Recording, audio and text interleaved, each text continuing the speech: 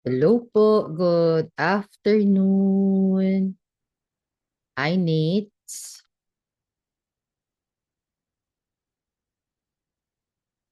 Good afternoon. Let's just wait for the others po. Ha? Ayan. So, this is our topic for today. Hi, Cal. Hi, Raiden. Welcome back.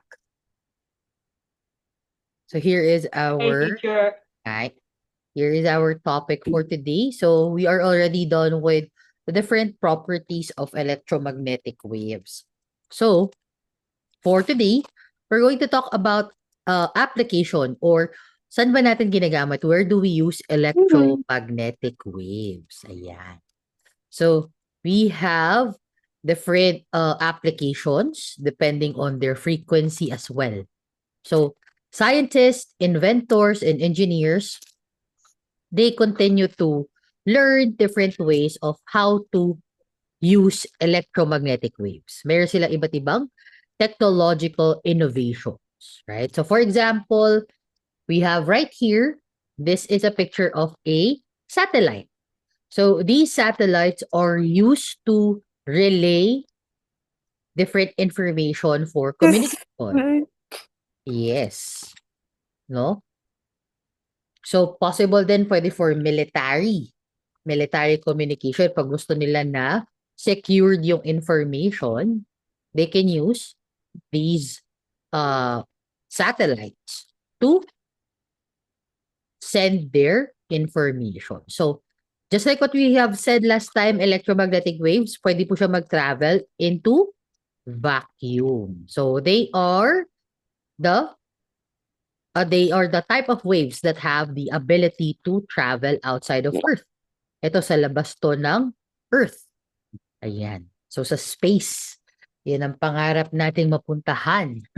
Ang sweet. Ayan. So there's a lot of people who wants to go to space. Pero before we go over different applications po, let's talk about our competency.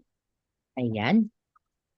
So we should be able to look for or cite examples of practical applications of different types of EM waves, such as radio waves for communication. Then, in this lesson, we should be able to differentiate long distance and short distance usage of electromagnetic waves, discuss how lasers are produced, discuss some X-ray and UV ray techniques, and also what are the different uses of certain parts of electromagnetic waves? Ayan.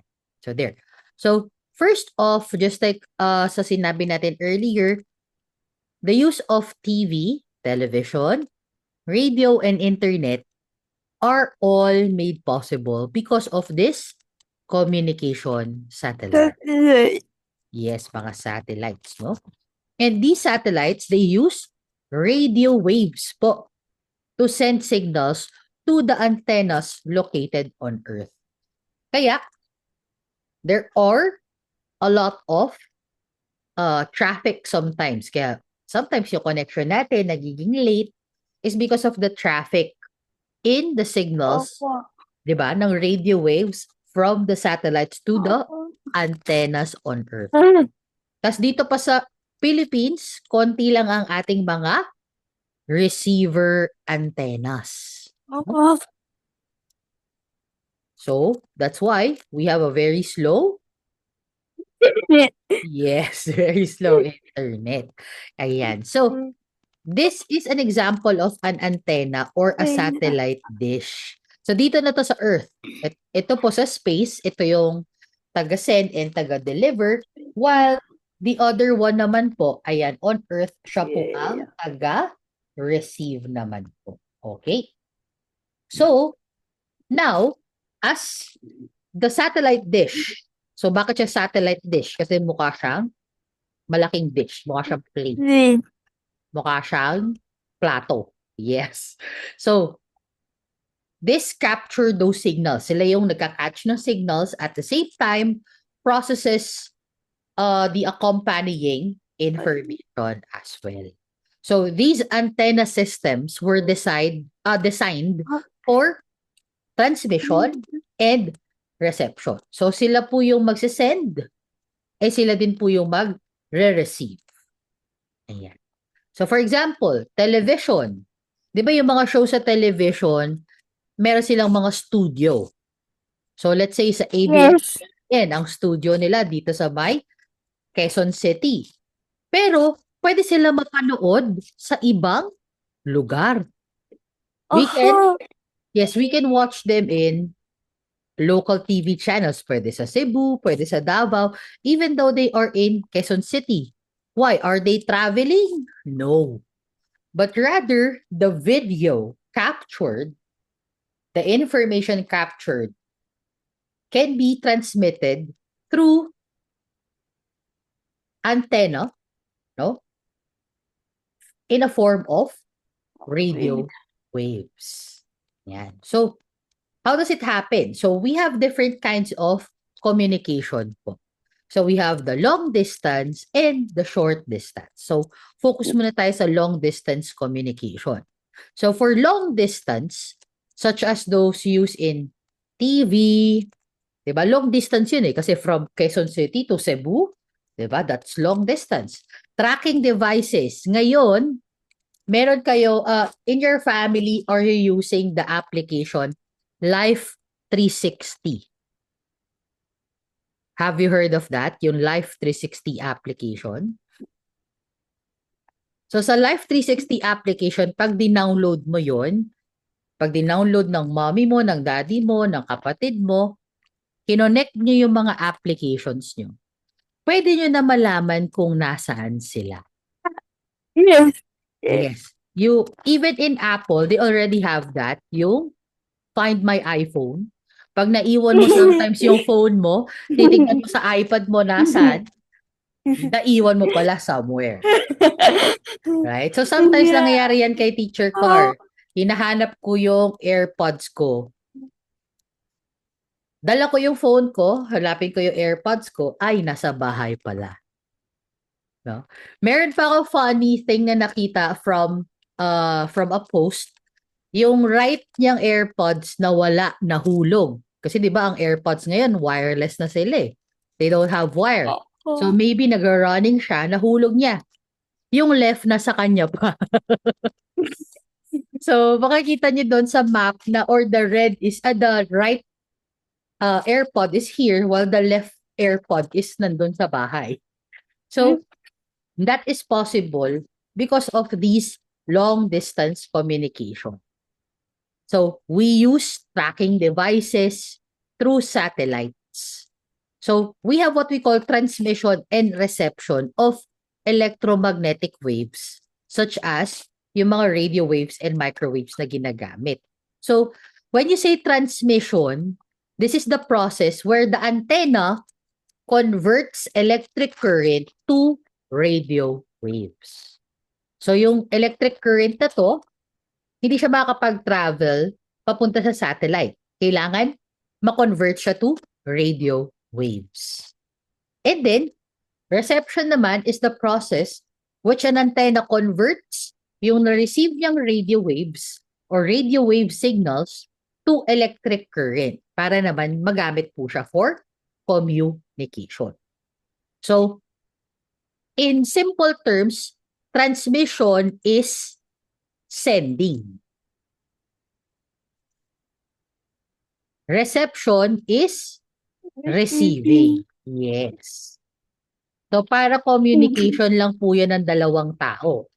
When we are talking to one person, the other person should be quiet kasi makikinig lang siya. No? Receiving, listening. The other one naman, siya yung magsasalita. Siya yung magsasend ng information. Siya yung magta-transmit ng information. Okay? So that is how it happens po pala. Para ma-receive natin yung mga long distance na information. So ngayon, di ba, just like what I've mentioned before, dati, wala tayong mga mobile phones.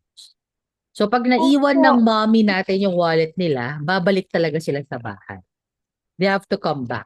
No choice. Pero ngayon, you can message them. Mommy, you left your wallet here. Tapos, hindi na nila kailangan bumalik sa bahay. Bakit? Kasi dala nila yung phone nila. They can pay through their phone. They don't need their wallet anymore. Yes. Digital payments na, hindi na nila kailangan ng credit card, hindi na nila kailangan ng cash. They can just scan the QR code. Tapos, paid na sila. 'Di ba? Yes. Yan. So ngayon nga po sa mga ATM, ayan, sa mga BDO nakita ko meron na, they can just use their fingerprint, no?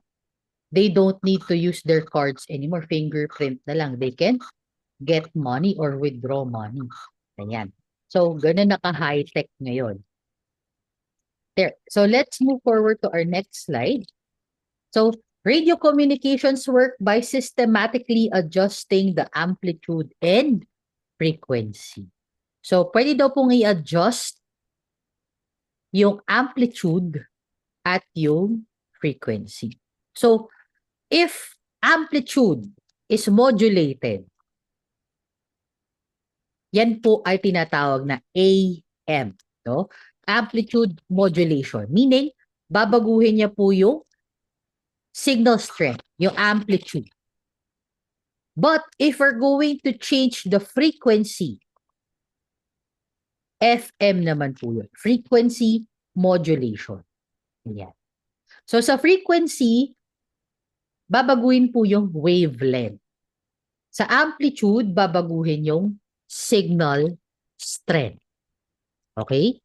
That's why AM, kahit na sobrang layo hanggang sa provinces, abot. If you travel, let's say, from Manila, going to Zambales, AM radio, sobrang strong pa ng signal. Pero pagdating sa FM radio, nawawala na yung mga songs. Pero yung mga news, madalas kasi pag AM, news yan. Bakit news, Teacher Car? Kasi kailangan yung news, marireach niya yung malalayong lugar. They can reach far places. That's why they use AM. But if you're going to use FM, FM is for closer places, usually for music, for entertainment, and yan. So, they use different kind of signals. So, AM radio signals have a bigger reach compared to FM radio signals. However, si AM po, AM signals, it is harder to eliminate interference on the signal. Hindi siya ganon ka-clear. Even though it can reach further places, sometimes putol-putol siya. Yes. Sometimes copy siya. Kaya you cannot use that for listening to music. Kasi 'di ba? Para ka naka-stop dance. Kasi stop yung music mo, right? Kaya FM is used. Usually, we use AM for voice communication, broadcasting, for news, o kaya yung mga signals ng mga military. Si FM naman, more on the musical content. Kasi di ba pag AM radio, pag balita, uulitin naman siya. If it's news, it's going to be repeated a lot of times. May bagyo, signal, signal. From time to time. So kung di mo man siya narinig the first time, you were not able to listen to it the first time, you can listen to it again later on. But for music, sometimes they don't play the same music at the same time. For example, you played the music, na-cut siya. They won't play it again. They would proceed to the next song. Yeah. So that's the difference between AM and FM radio. So AM, amplitude modulation, they have farther or bigger reach. Pero, medyo may interference. May mga parts wherein choppy yung pag-send ng signal. But for frequency, tuloy-tuloy po siya, very consistent, you can remove the interference, but limited yung kanyang reach. Yan. So this is a picture of a mobile user objective system or MUOS in Hawaii. There. So yeah. So application of electromagnetic waves in music, usually FM, AM naman for news, voice communication and broadcast. Microwaves naman is for GPS. So yung kinikwento ni Teacher Carr earlier na mga application, ngayon pwede na po yun sa Messenger. So if you're meeting with a friend or you're meeting with your family member, you want to know where na sila and you're talking in Messenger, you can ask them, can you send your location? Tapos matatrack mo na sila kung nasaan. When you send someone a gift or o-order ka ng food, pwede mo na din matrack through the GPS. Teacher, on the way na, yung delivery, ayan. Or mommy, you left your laptop, it's on the way na to you. Yeah. So that is what we call global positioning or GPS, global positioning system. So ngayon, may mga cars po na built-in na yung GPS nila. Meaning, when you buy the car, it has its GPS already. May navigation and mapping system na sila in the car. Pero before, you have to buy it pa from outside and then you have to ask someone to put it to your car. But now, since everybody is using that, no? Meron na sila mga built-in GPS. There. So, for short distance communication naman, ayan. So, very familiar kayo with short distance communication kasi nga pagdating sa bahay, usually ang position nyo, yes, ang position nyo malapit kayo sa inyong mga routers. Malapit kayo sa inyong mga internet routers because internet routers at home are using what we call short distance communication. So wireless communication over short distances requires electromagnetic waves. So we have, or usually they use microwaves or infrared rays. So for wireless local area network or WLAN or WLAN, this uses microwaves to enable communication between the wireless access point or the WAP. So yung WAP, this is the device that serves as the hub or center of your local area network. So yung router ninyo, connected siya sa laptop, sa computer, sa tablet, sa cellphone, sa smartwatch. All of those are connected into one local area network. So pag namatay yung Wi-Fi, lahat kayo disconnected. Right? So even in Teacher Car's house, sa bahay, yung saksakan sometimes ng router is connected sa saksakan ng electric fan. So pag tatanggalin yung electric fan, sometimes nawawala din yung No. internet. Yes, no internet. Medyo matagal pa siya mag-restart, di ba? So there. So sometimes you can also play games if you are connected with the same local area network. So if you're connected at the same Wi-Fi, pwede kayong mag-play ng games together. Pero ngayon, even though you're connected with different routers, you can play using the internet pa rin. So, kaya niya nang i-connect with other people in other places. Before, talagang isa lang yung nakaka-connect na computer. 'Di ba yung telephone dati? Yung telephone, hindi mo siya pwede gamitin. You cannot use the telephone if you're using the internet. Kasi the line for the telephone and the internet is just the same. They call it the dial-up connection. So they use the wire. Pero ngayon, no use for wire. Ang kailangan mo na lang, bumili ka ng iced coffee kasi free wifi. Pero pag sa bahay ka, yun lang. You just need to have the password. 'Di ba? And you are connected already. Kaya sabi nila, pag pumupunta sa restaurant, sa coffee shop, ano yung unang hinahanap ng tao? Dati hahanapin nila, what are they going to look for? They're going to look for vacant seats. Ngayon, they look, may wifi. Yan. Kasi 'di ba? Wi-Fi is used for work, for school, and for entertainment as well. Yan. So, aside from that, we have infrared in our remote controls. So, your remote controls, we use this to operate TV, aircon, and other appliances. Ngayon nga, meron ng smart remote control na you can control in your phones.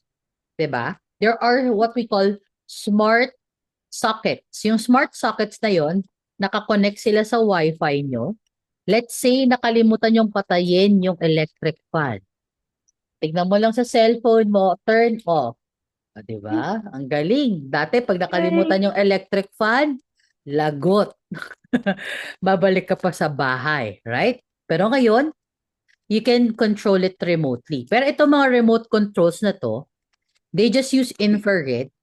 So, mas malapit lang po ito. Pag hindi nakatapat or you don't point your remote control directly to the appliance or to the TV, to the aircon, it won't work. So, if you cover it, it won't work. So, next, we also have night vision systems. Yan. So, si night vision systems, before, very useful lang siya for military use. Let's say the military needs to go outside, sobrang dilim, dark outside, and they cannot use light, no? They don't have light with them. They use night vision system by using infrared radiation. So the infrared radiation add additional input to visible light in producing images. So if they can find warm surfaces, nagiging orange.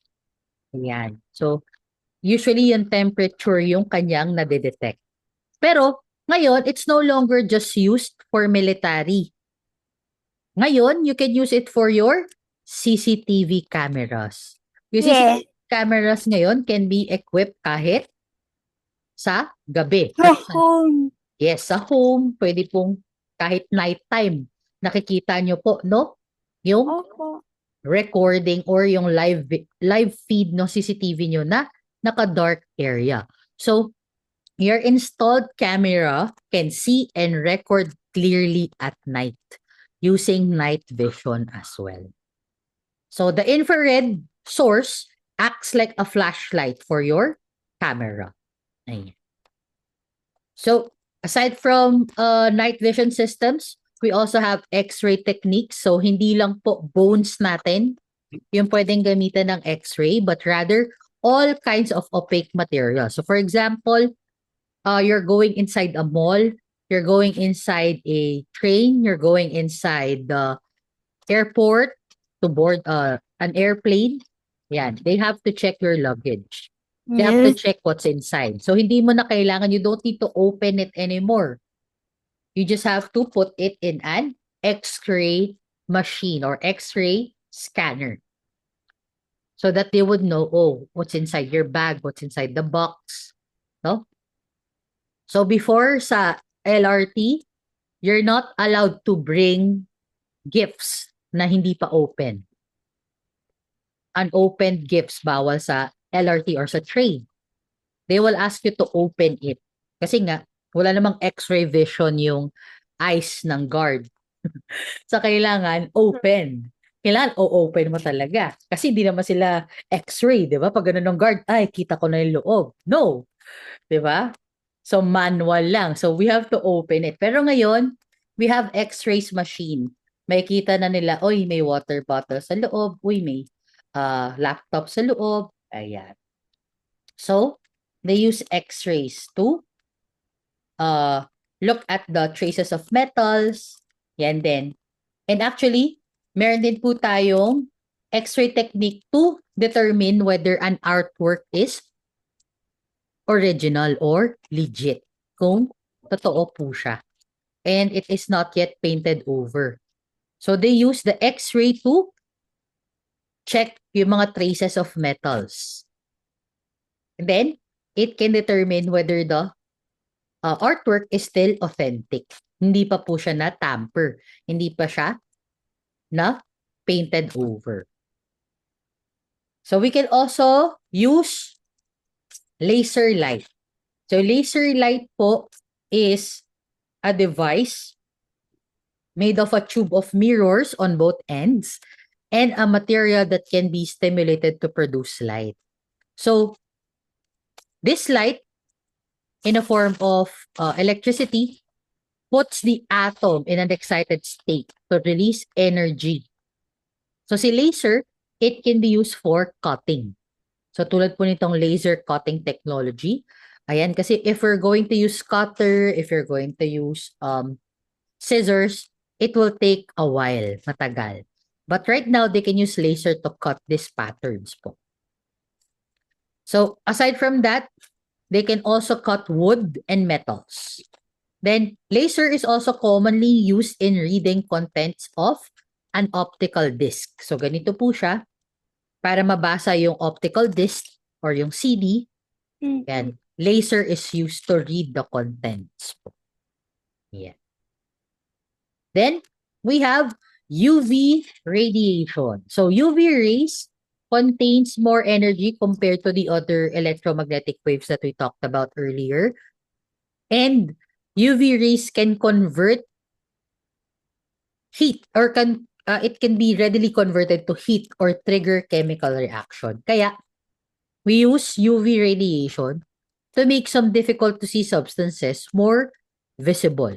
So for example, yung money, kaya na po natin i-detect whether it is real or not using a UV light.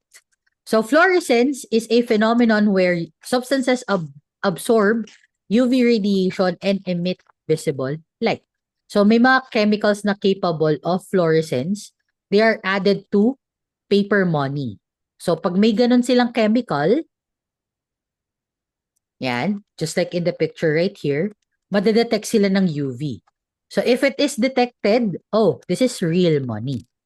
Pag wala po yung chemical na to, hindi siya nakita ng UV, fake siya. Yes, counterfeit money. Ayan. So sometimes it is in the form of a line, pero yung line na to, may mga symbols pa siya. So you can try that out as well, no? Kaya in supermarkets, malls, meron po silang mga UV light. Ngayon, yung UV light, ginagamit din siya for disinfecting. Ayan. For killing bacteria. So, aside from in the air, bacteria in the air, in Japan, they also made a UV water filter. So, UV radiation is used to purify air by destroying the DNA of airborne microorganism. Pero meron din na pong ginagamit na UV radiation for water naman po. Para mas clean. Ayan. There. Okay? So there, those are the things that we can do with electromagnetic waves po.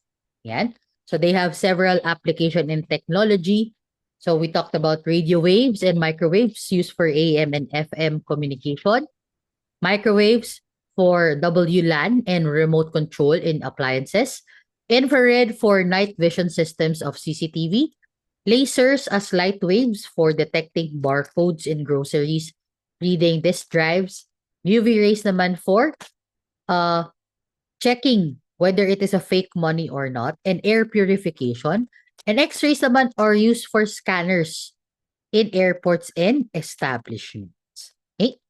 So there, those are the things that you can do with electromagnetic waves. So madami po silang usage. So for this is going to be our last topic. So ginawa ko na po yung pointers to review nyo up until this one lang.